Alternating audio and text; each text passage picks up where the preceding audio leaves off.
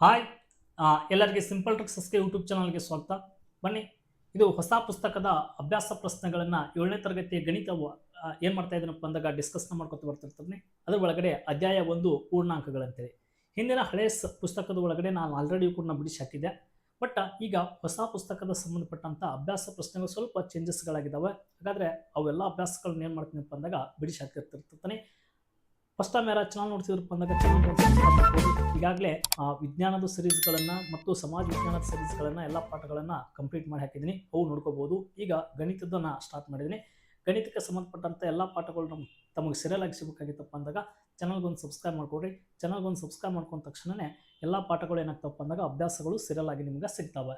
ಹಾಗಾದರೆ ಪೂರ್ಣಾಂಕಗಳು, ಈ ಪೂರ್ಣಾಂಕಗಳಿಗೆ ಸಂಬಂಧಪಟ್ಟಂಥ ಅಭ್ಯಾಸ 1ನೇದು ಏನಿದೆಯಪ್ಪ ಅಂತ ನೋಡಿದಾಗ ಇಲ್ಲಿ ಕೊಟ್ಟಿದ್ದಾರೆ ಅಭ್ಯಾಸ 1.1. ಈ 1.1 ಒಳಗಡೆ ಒಂದಿಷ್ಟು ಕೆಲವು ಲೆಕ್ಕಗಳಿದ್ದಾವೆ. 1ನೇ ಮೇನ್ ಒಳಗಡೆ ಎ ಬಿ ಮತ್ತು ಸಿ 3 ಲೆಕ್ಕಗಳನ್ನು ಕೊಟ್ಟಿದ್ದಾನೆ. ಈಗ ಆಲ್ರೆಡಿ ನೀವು ಪೂರ್ಣಾಂಕಗಳನ್ನು ಸಂಕಲನ ಮಾಡೋದು, ವ್ಯವಕಲನ ಮಾಡೋದು, ಗುಣಾಕಾರ, ಭಾಗಾಕಾರ ಕಲ್ತಿದ್ರಪ್ಪ ಅಂತಂದಾಗ ಈ ಅಭ್ಯಾಸ ಪ್ರಶ್ನೆಗಳು ನೇರವಾಗಿ ನಿಮ್ಗೆ ಅರ್ಥ ಆಗ್ತವೆ. ನಾನಿಲ್ಲಿ ಓವಲ್ ಆಗಿ ಪಾಠ ಹೇಳಂಗಿಲ್ಲ, ಯಾಕಂದ್ರೆ ನೀವು ಆಲ್ರೆಡಿ ಸ್ಕೂಲ್ನಾಗ ಕಲ್ತಿರ್ತಿರ್ತಾರೆ. ನಿಮ್ಗೆ ಎಕ್ಸಸೈಸ್ಗಳನ್ನ ಬಿಡಿಸ್ಕೊಂಬ ಅಂತ ಹೇಳಿರ್ತಿರ್ತಾರೆ. ಅದಕ್ಕೋಸ್ಕರ ನಾನು ಎಕ್ಸಸೈಸ್ ಪ್ರಾಬ್ಲಮ್ಸ್ಗಳನ್ನು ಮಾತ್ರ ಹೇಳ್ಕೊತಾ ಹೋಗ್ತಿರ್ತೀನಿ. ಹಾಗಾದ್ರೆ ಇಲ್ಲಿ ಅಭ್ಯಾಸ 1 ಒಳಗಡೆ ಏನದಪ್ಪ ಅಂತಂದಾಗ ಇಲ್ಲಿ ಮೊತ್ತ -7 ಆಗುವಂತೆ ಒಂದು ಲೆಕ್ಕವನ್ನು ಬಿಡಿರಿ. ಮೊತ್ತ ಏನಾಗ್ತದಪ್ಪ ಅಂದಾಗ -7 ಆಗ್ಬೇಕು. -7 ಆಗ್ಬೇಕಾಗಿತ್ತಪ್ಪ ಅಂತಂದಾಗ ಮೊತ್ತ ಅಂದ್ರೆ ಏನು, ಕೂಡಿಸ್ದಾಗ ಎರಡು ಸಂಖ್ಯೆಗಳನ್ನು ಕೂಡಿಸಿದಾಗ ಅದು ಏನಾಗಬೇಕು, ಕೊಟ್ಟ 7 ಆಗ್ಬೇಕು. ಎಂತ 7 ಈ ಸದ್ ನೋಡ್ರಿ. ಈಗ -4 ಪ್ಲಸ್ -3 ಕೂಡಿಸ್ತೇನೆ ನಾನು, ಹೌದಾ? ಕೂಡಿಸ್ತಾ ಇದ್ದೀನಿ. ಇಲ್ಲಿ ನೋಡ್ರಿ 4ಕ್ಕೆ 4 ಪ್ಲಸ್ ಇಂಟು ಮೈನಸ್ ಆಗ್ತದೆ. 3ಕ್ಕೆ 3 ಎರಡು ಮೈನಸ್ಗಳು ಎರಡು ಮೈನಸ್ಗಳಿದ್ದಪ್ಪ ಅಂದಾಗ ಸಂಖ್ಯೆಗಳು ಕೂಡ್ತವೆ. 4 3 7, ಹೌದಾ? ಮೈನಸ್ ಇತ್ತಪ್ಪ ಅಂದಾಗ ಇದು ಕೂಡ ಮೈನಸ್ದಾಗ ನೀವು ಬರೀಬೇಕು. ಹಾಗಾಗಿ ಮೊತ್ತ -7 ಆಗುವಂತೆ ನೀವು ಬೇಕಾದ ಇದೇ ಸಂಖ್ಯೆ ಬರೀಬೇಕಂತೇನಿಲ್ಲ, ಬೇರೆ ಬೇರೆ ಸಂಖ್ಯೆಗಳನ್ನು ಕೂಡ ಬರ್ಕೋಬಹುದು. ಉದಾಹರಣೆಗೆ ನಾ ಏನು ಮಾಡ್ತೀನಪ್ಪ ಅಂತಂದಾಗ ಈ ಸದ್ದ ಇಲ್ಲಿ ಮೈನಸ್ ಇದು +3 -10, ಪ್ಲಸ್ 3ಕ್ಕೆ 3 ಇರಲಿ, ಪ್ಲಸ್ ಇಂಟು ಮೈನಸ್ 10ಕ್ಕೆ 10. ಒಂದು ಪ್ಲಸ್ ಒಂದು ಮೈನಸ್ ಬಂದಾಗ ಏನಾಗ್ತದೆ, ಕಳಿತೈತೆ. ಅವಾಗ 10ರಾಗ 3 ಕಳಿದ್ರೆ ಎಷ್ಟು, 7. ದೊಡ್ಡ ಸಂಖ್ಯೆ ಚಿಹ್ನೆ ಏನಿದೆ, ಮೈನಸ್ ಇದೆ, -7 ನೋಡ್ರಿ ಕೂಡಿಸ್ತಾ ಇದೆ. +3ಕ್ಕೆ -10 ಕೂಡಿಸಿದಾಗ -7 ಬರ್ತಾ ಇದೆ. ಹಾಗಾಗಿ ಈ ಥರ ಎಕ್ಸಾಂಪಲ್ಸ್ಗಳನ್ನ ನಾವು ಕೊಟ್ಟಿದ್ದೇ ಬರೀಬೇಕಂತೇನಿಲ್ಲ. ನೀವು ಪ್ರಾಕ್ಟೀಸ್ ಮಾಡಿದಾಗ ಬೇರೆ ಬೇರೆ ಬಂದರೂ ಕೂಡ ನೀವು ಬರೀರಿ. ಇದು 1ನೇ ಮೇನ್ ಪ್ರಶ್ನೆ. ಇನ್ನು ಬಿ ಒಳಗಡೆ ವ್ಯತ್ಯಾಸ -10 ಆಗ್ಬೇಕು. -10 ಆಗ್ಬೇಕಾಗಿತ್ತಪ್ಪ ಅಂದಾಗ ನಾ ಏನು ಮಾಡ್ತೀನಿ ನೋಡ್ರಿ, ಇಲ್ಲಿ -20 ಒಳಗಡೆ ಈ ವ್ಯತ್ಯಾಸ ಕಳಿಬೇಕು. ಹಾಗಾದ್ರೆ -10ನ್ನ ಏನು ಮಾಡ್ತಾ ಇದ್ದೀನಪ್ಪ ಅಂದ್ರೆ ಕಳಿತೀನಿ ನೋಡ್ರಿ. -20 ಒಳಗಡೆ -10ನ್ನ ಕಳಿತಾಗಿ. ಈಗ -20ಕ್ಕೆ -20 ಪ್ಲಸ್ ಮೈನಸ್ ಇಂಟು ಮೈನಸ್ ಇದೇನಾಗ್ತದೆ, ಪ್ಲಸ್ ಆಗ್ತದೆ. ಈ ಚಿಹ್ನೆಗಳು ಗೊತ್ತಿರ್ಬೇಕು. ಇಲ್ಲಿ ಏನೂ ಇರ್ಲಿಕ್ಕೆ ಗುಣಾಕಾರ ಇರ್ತದೆ, ಮೈನಸ್ ಇಂಟು ಮೈನಸ್ ಪ್ಲಸ್ ಆಗ್ತದೆ. ಇಲ್ಲಿ 10 ಇದೆ, 10 ನೋಡ್ರಿ. ಒಂದು ಪ್ಲಸ್ ಒಂದು ಮೈನಸ್ ಬಂದಾಗ ಯಾವಾಗಲೂ ಏನು ಮಾಡಬೇಕು, ಕಳಿಬೇಕು. ಹಾಗಾದ್ರೆ 20ರಾಗ 10 ಕಳೀರಿ. 20ರಾಗ 10 ಕಳೆದಾಗ 10 -10. ಹೀಗಾಗಿ ನನಗೆ ವ್ಯತ್ಯಾಸ 10 ಆಗಬೇಕು. -10 ಒಂದು ಆನ್ಸರು. ಈ ಥರ ನೀವು ಇದನ್ನು ಎರಡನೇದನ್ನ ಬಿಡಿಸ್ಕೋಬೇಕು.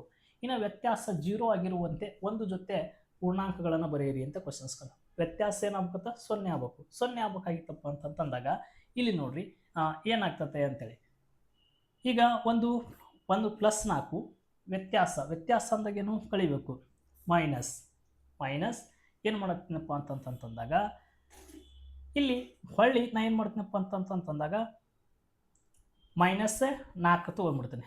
ಅದೇ ಸಂಖ್ಯೆಗಳನ್ನು ತೊಗೋತೀನಿ. ಈಗ ನೋಡ್ರಿ -4ಕ್ಕೆ -4 ಇದೆ. ಇದೇನೈತಿ, ಮೈನಸ್ ಇಂಟು ಮೈನಸ್ ಪ್ಲಸ್ ಆಗ್ತದೆ, +4. ಒಂದು ಪ್ಲಸ್ ಒಂದು ಮೈನಸ್ ಇದ್ದಾಗ ಯಾವಾಗಲೂ ಏನಾಗ್ತದಪ್ಪ ಅಂತಂದಾಗ ಆನ್ಸರ್ಸ್ಗಳು 0 ಬರ್ತವೆ. ಒಂದು ಪ್ಲಸ್ ಒಂದು ಮೈನಸ್ ಇದ್ದಾಗ ನೋಡಿರಿ, ಒಂದು -4 ಒಂದು +4 ಐತಿ. ಒಂದು +4 ಒಂದು -4 ಇದ್ದಾಗ ಗೆಟ್ ಕ್ಯಾನ್ಸಲ್ ಆಗ್ತದೆ. ವ್ಯತ್ಯಾಸ ಏನಾಗ್ತದಪ್ಪ ಅಂದಾಗ 0 ಬರ್ತದೆ. ಇದೇ ಒಂದು ಅಂತಲ್ಲ, ಇಲ್ಲಿ ಸಂಖ್ಯೆಗಳನ್ನು ಚೇಂಜ್ ಮಾಡ್ಕೊಳ್ಳಿ. ಬರೀ ಮೆಥಡ್ ಅಷ್ಟೇ. ಈಗ 18 -18 ಇದೆ ವ್ಯತ್ಯಾಸ. ಹಾಗಾಗಿ ನಾವು ಏನು ಮಾಡಬೇಕಪ್ಪ ಅಂದ್ರೆ ಮತ್ತೆ -18 ಬರ್ಕೋಬೇಕು. ಅದೇ ಸಂಖ್ಯೆಯಲ್ಲಿ ಅಂತ ನಾವು ಕಳೆದಾಗ ವ್ಯತ್ಯಾಸ 0 ಬರ್ತದೆ ನನಗೆ. ಅದಕ್ಕೋಸ್ಕರ 18 ಮೈನಸ್ ಇಂಟು ಮೈನಸ್ ಪ್ಲಸ್ ಆಗ್ತದೆ, 18. ಒಂದು +18 ಒಂದು -18 ಬಂದಾಗ ಗೆಟ್ ಕ್ಯಾನ್ಸಲ್ ಆಗಿ ಆನ್ಸರ್ ಏನು ಬರ್ತದೆ, 0 ಬರ್ತದೆ. ಹೀಗೆ ನೀವು ಸಾಕಷ್ಟು ಉದಾಹರಣೆಗಳನ್ನು ಬರ್ಕೋಬಹುದು. ಇದು 1ನೇ ಮೇನ್ ಪ್ರಶ್ನೆ ಒಳಗಡೆ ABC 3 ಲೆಕ್ಕಗಳನ್ನು ನಾನು ಬಿಡಿಸಿದ್ದೀನಿ. 2ನೇ ಮೇನ್ ಒಳಗಡೆ ಫಸ್ಟ್ ಏನು ನೋಡ್ರಿ, ವ್ಯತ್ಯಾಸ 8 ಆಗುವಂತೆ ಒಂದು ಜೊತೆ ಋಣ ಪೂರ್ಣಾಂಕಗಳನ್ನು ಬರೆಯಿರಿ ಅಂತ ಕ್ವಶನ್ಸ್ನ ಕೊಟ್ಟಿದ್ದಾನೆ. ಇಲ್ಲಿ ವ್ಯತ್ಯಾಸ ನಮಗೇನಿದು +8 ಬರಬೇಕು. ಅದ್ರ ಜೊತೆಗೆ ಋಣ ಪೂರ್ಣಾಂಕಗಳು ಇರಬೇಕು. ಋಣ ಪೂರ್ಣಾಂಕಗಳಪ್ಪ ಅಂತಂದಾಗ ಇಲ್ಲಿ ನೋಡ್ರಿ -20 ಒಳಗಡೆ ನಾ ಏನು ಮಾಡ್ತೀನಪ್ಪ ಅಂತಂದಾಗ ಈ -28ನ ತೆಗೆದು ಬಿಡ್ತೇನೆ. ಅವಾಗ ಏನಾಗ್ತೈತೆ ನೋಡ್ರಿ, -20 ಇದೆ, -20 ಮೈನಸ್ ಇಂಟು ಮೈನಸ್ ಇದು ಏನಾಗ್ತೈತಿ ಪ್ಲಸ್ ಆಗ್ತದೆ 28. ಒಂದು ಪ್ಲಸ್ ಒಂದು ಮೈನಸ್ ಇದ್ದಾಗ ಏನಾಗ್ತದೆ ಯಾವಾಗಲೂ ಕಳೀತದೆ. 28ರಾಗ 20 ಕಳೆದಾಗ 8 ಉಳಿತದೆ. ನಾವು ಇಲ್ಲಿ ಏನಾಗ್ತಪ್ಪ ಅಂದ್ರೆ ವ್ಯತ್ಯಾಸ 8 ಬರ್ತಾ ಒಂದು ಪ್ಲಸ್ ಒಂದು ಮೈನಸ್ ಇದ್ದಾಗ ಕಳಿಬೇಕು. ಹೀಗಾಗಿ 28ರಾಗ 20 ಕಳೆದಪ್ಪ ಅಂದಾಗ 8 ಉಳಿತದೆ. ಈ ಥರ ನೀವು ಸಾಕಷ್ಟು ನೀವು ಲೆಕ್ಕಗಳನ್ನು ಬರ್ಕೋಬೋದು. ಉದಾಹರಣೆಗೆ ಇಲ್ಲಿ -1 ಮೈನಸ್ ಪ್ಲಸ್ ಸಾರಿ ಇದನ್ನು ಕೂಡ ಮೈನಸ್ ಮಾಡಬೇಕು. ಇದು ಏನಪ್ಪ ಅಂತಂದಾಗ -9 ಅಂತ ಹಾಕ್ತೇನೆ ನಾನು. ಇಲ್ಲಿ -1 ಮೈನಸ್ ಇಂಟು ಮೈನಸ್ ಪ್ಲಸ್ 9. 9ರ 1 ಕಳೀರಿ 8. ನೋಡ್ರಿ ಈ ವ್ಯತ್ಯಾಸ ನನಗೆ 8 ಬರ್ಬೇಕು ಯಾವುದೇ ಥರ ಮಾಡಿದ್ರು. ಹೀಗಾಗಿ ಆಪ್ಷನ್ಸ್ ಇದಕ್ಕೆ ಎ ಒಂದನೇದಕ್ಕೆ ಸರಿ ಉತ್ತರಗಳು ಆಗ್ತವೆ. ಇನ್ನು ಇದ್ರ ಒಳಗಡೆ ಬಿ ಲೆಕ್ಕ ಯಾವ ಥರ ನಾವು ಮಾಡಬೇಕು. ಇನ್ನು ಕ್ವಶನ್ ನಂಬರ್ ಮೇನ್ 2 ಒಳಗಡೆ ಮೊತ್ತ -5 ಆಗುವಂತೆ ಒಂದು ಋಣ ಪೂರ್ಣಾಂಕ ಮತ್ತು ಒಂದು ಧನ ಪೂರ್ಣಾಂಕವನ್ನು ಬರೆಯಿರಿ ಅಂತ ಕ್ವಶನ್ಸ್ನ ಕೊಟ್ಟ. ಫಸ್ಟ್ಗೆ ಋಣ ಪೂರ್ಣಾಂಕನ ಬರೀರಿ ಅಂತ ಕೊಟ್ಟಾಗ ನಾವು ಏನು ಮಾಡಬೇಕಪ್ಪ ಅಂತಂದಾಗ ಮೊಟ್ಟದು ಕೂಡಿಸಿದಾಗ -5 ಬರ್ಬೇಕು. ಹಾಗಾಗಿ ನಾವು ಇದನ್ನು ಯಾವ ಥರ ಬರೀತೀನಪ್ಪ ಅಂತಂದಾಗ -25 ಮೊತ್ತ ಅಂದಾಗ ಕೂಡಿಸ್ರಿ ಮತ್ತು ಒಂದು ಧನ ಪೂರ್ಣಾಂಕ ಅಂತಂದಾಗ +20 ಅಂತ ಬರ್ಕೋತೀನಿ. 20 ಇವಾಗ ನೋಡ್ರಿ -25ಕ್ಕೆ -25 ಪ್ಲಸ್ ಇಂಟು ಪ್ಲಸ್ಸೇ ಆಗ್ತದೆ 20 ಇದೆ. ಹಾಗಾಗಿ ಒಂದು ಪ್ಲಸ್ ಒಂದು ಮೈನಸ್ ಬಂದಾಗ ಯಾವಾಗಲೂ ಕಳಿಬೇಕಂತ ಹೇಳಿನಿ. 25ರಾಗ 20 ಕಳೀರಿ ಎಷ್ಟು ಉಳಿತದಪ್ಪ ಅಂದಾಗ 5 ಉಳಿತದೆ. ದೊಡ್ಡ ಸಂಖ್ಯೆ ಚಿಹ್ನ ಮೈನಸ್ ಐತಿ -5. ಹಾಗಾದರೆ ಮೊತ್ತ -5 ಆಗುವಂತೆ ಒಂದು ಪೂರ್ಣಾಂಕ, ಒಂದು ಋಣ ಪೂರ್ಣಾಂಕ ಒಂದು ಧನ ಪೂರ್ಣಾಂಕನ ಮಾಡಿದಾಗ ನಮ್ಗೆ ಮೊತ್ತ -5 ಬರ್ತದೆ. ಇದು ಬಿ ಕ ಸರಿ ಉತ್ತರವನ್ನು ನೀವು ಬರ್ಕೋಬಹುದು.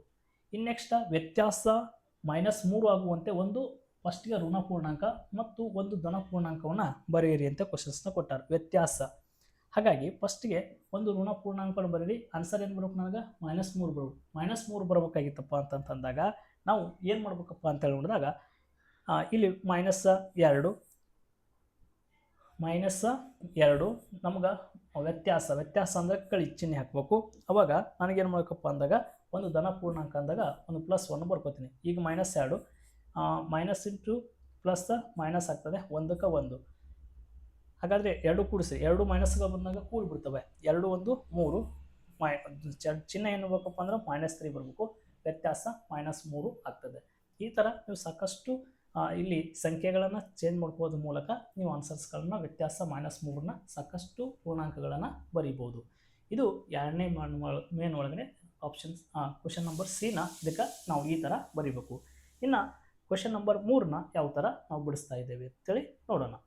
ಇನ್ನು ಕ್ವಶನ್ ನಂಬರ್ 3 ಯಾವ ಥರ ಇದೆ ಅಂತೇಳಿ ನೋಡ್ಕೊತ ಬಂದಾಗ ಒಂದು ರಸಪ್ರಶ್ನೆ ಕಾರ್ಯಕ್ರಮದಲ್ಲಿ ಅನುಕ್ರಮವಾಗಿ 3 ಸುತ್ತುಗಳಲ್ಲಿ ಎ ತಂಡವು -40, 10, 0 ಅಂಕಗಳನ್ನು ಮತ್ತು ಬಿ ತಂಡವು 10, 0 ಮತ್ತು -40 ಅಂಕಗಳನ್ನು ಗಳಿಸಿದವು. ಯಾವ ತಂಡವು ಹೆಚ್ಚು ಅಂಕವನ್ನು ಗಳಿಸಿತು? ಯಾವುದೇ ಕ್ರಮದಲ್ಲಿ ನಾವು ಪೂರ್ಣಾಂಕಗಳ ಸಂಕಲನ ಮಾಡಬಹುದು ಅಂತ ಪ್ರಶ್ನೆ ಕೊಟ್ಟಾರ. ನೀವು ಈ ಥರ ಬರ್ಕೋಬೇಕು. ಎ ತಂಡ ಗಳಿಸಿದ ಅಂಕಗಳು, ಒಂದೇದು ಎ ತಂಡ ಗಳಿಸಿದ ಅಂಕಗಳು ಇಲ್ಲಿ ಕೊಟ್ಟಿದ್ದಾರೆ ನೋಡ್ರಿ, ಇದನ್ನು ಬರ್ಕೋಬೇಕು.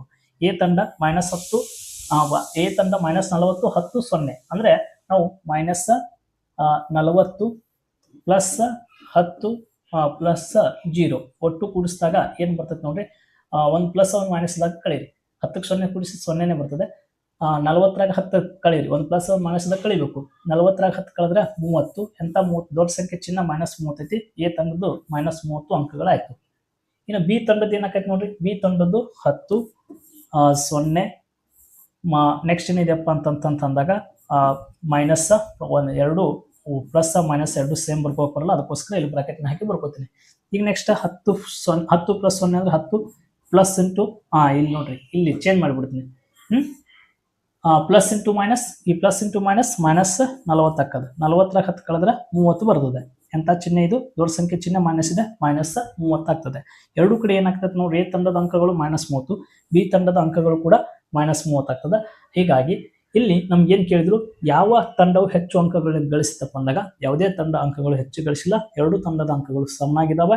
ಜೊತೆಗೆ ನಾವು ಯಾವುದೇ ಕ್ರಮದಲ್ಲಿ ಪೂರ್ಣಾಂಕಗಳ ಸಂಕಲನ ಮಾಡಬಹುದೇ ಅಂತ ಪ್ರಶ್ನೆ ಹೌದು, ನಾವು ಮಾಡಬಹುದು ಅಂತೇಳಿ ಇದನ್ನ ಬರಿಬೇಕು.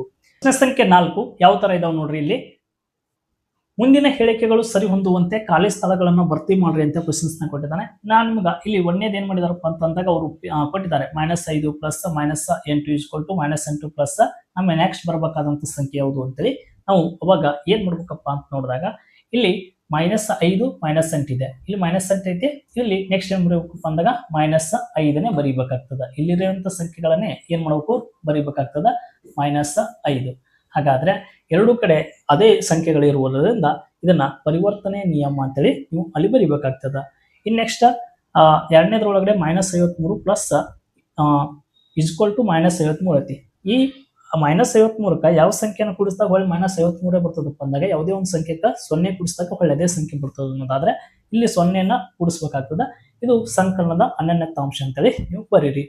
ಇನ್ನು ನೆಕ್ಸ್ಟ್ ಮೂರನೇದ್ರ ಒಳಗಡೆ 17 ಪ್ಲಸ್ ಇಲ್ಲಿ 0 ಆಗಿದೆ, 0 ಆಗ್ಬೇಕಾಗಿತ್ತಪ್ಪ ಅಂದಾಗ ಒಂದು ಪ್ಲಸ್ ಇರಬೇಕು ಒಂದು ಮೈನಸ್ ಇರಬೇಕು ಅಂದಾಗ 0 ಆಗ್ತದೆ ಅಂತ ಹೇಳಿ. +17ಕ್ಕ -17ನ ನೀವು ಕೂಡಿಸಿದಾಗ ಆನ್ಸರ್ ಏನ್ ಬರ್ತದಪ್ಪ ಅಂದಾಗ 0 ಬರ್ತದೆ. ಇದನ್ನ ಸಂಕಲನದ ವಿಲೋಮ ಅಂತೇಳಿ ನಾವು ಕರಿತೇವೆ. ಇನ್ ನೆಕ್ಸ್ಟ್ ನಾಲ್ಕನೇದು ಬ್ರಾಕೆಟ್ ಇಲ್ಲಿ 13 ಪ್ಲಸ್ -12 ಇದೆ, ಪ್ಲಸ್ ಇಲ್ಲಿ ಗ್ಯಾಪ್ ಇದೆ, ಸೇಮ್ ಈ ಕಡೆ ಎಲ್ಲ ಇದೆ, 12 13 ಇದಾವೆ, 7 ಮಿಸ್ ಆಗಿದೆ, ಹಾಗಾಗಿ ನೀವು -7ನ ಇಲ್ಲಿ ಬರೀಬೇಕಾಗ್ತದೆ. ಜೊತೆಗೆ ಅದೇ ರೀತಿಯಾಗಿ ಇನ್ನೊಂದು ಐತಿ -4 ಇಲ್ಲಿ 15 ಪ್ಲಸ್ -3 ಇದೆ, ಇಲ್ಲಿ ನೆಕ್ಸ್ಟ್ ಇಲ್ಲಿ -4 ಪ್ಲಸ್ 15 ಇದೆ, ನೆಕ್ಸ್ಟ್ ಇಲ್ಲಿ ಏನ್ ಮಿಸ್ ಆಗಿದೆಪ್ಪ ಅಂದ್ರೆ ಇಲ್ಲಿ 3 ಮಿಸ್ ಆಗಿದೆ, -3ನ ಇವ್ರು ಬರಿಬೇಕು. ಹೀಗಾಗಿ ಇದು ಸಹವರ್ತನೆಯ ನಿಯಮ ಅಂತೇಳಿ ಇಷ್ಟು ಬರೆದ್ರ ನಿಮಗ ಅಭ್ಯಾಸ 1.1 ಏನಾಗ್ತದಪ್ಪ ಅಂದಾಗ ಈ ಹೊಸ ಪುಸ್ತಕದು ಕಂಪ್ಲೀಟ್ ಆಗ್ತದೆ. ಹಳೆ ಪುಸ್ತಕದೊಳಗೆ ಅಭ್ಯಾಸ 1.1 ಚೇಂಜ್ ಇತ್ತು. ಇದು ಹೊಸ ಪುಸ್ತಕದ ಅಭ್ಯಾಸ ಪ್ರಶ್ನೆಗಳು ನಾನು ಇಲ್ಲಿ ಹೇಳ್ತಾ ಇದ್ದೀನಿ. ಸಾಧ್ಯ ಆದಷ್ಟು ಇಲ್ಲೇ ಬರೆದು ಹೇಳ್ತಾ ಇರ್ತಿರ್ತೀನಿ, ನೀವು ಬರ್ಕೋತ ಬರ್ರಿ. ನಿಮ್ಗೆ ಏನಾದರೂ ಇದು ಒಂದೇ ವಿಡಿಯೋ ಒಳಗಡೆ ಅಷ್ಟೊಂದು ಅಕ್ಷರಗಳು ಅಂದಾಗ ನಾನು ಆಲ್ರೆಡಿ ಒಂದು ಪೇಪರ್ ಮೇಲೆ ಬರೆದು ಸ್ಕ್ರೀನ್ ಮೇಲೆ ಅಪ್ಲಿಕೇಶನ್ ಹೇಳಿಕೊಡ್ತಿರ್ತೀನಿ. ಧನ್ಯವಾದಗಳು ರೀ. ಫಸ್ಟ್ ಟೈಮ್ ಯಾರು ಚಾನಲ್ ನೋಡ್ತಿರಪ್ಪ ಅಂದಾಗ ಚಾನಲ್ ಒಂದು ಸಬ್ಸ್ಕ್ರೈಬ್ ಮಾಡ್ಕೊಡ್ರಿ. ಎಲ್ಲ ಪಾಠದ ಅಭ್ಯಾಸ ಪ್ರಶ್ನೆಗಳು ನಿಮ್ಗೆ ಸಿಗ್ತಾವೆ. ಧನ್ಯವಾದಗಳು.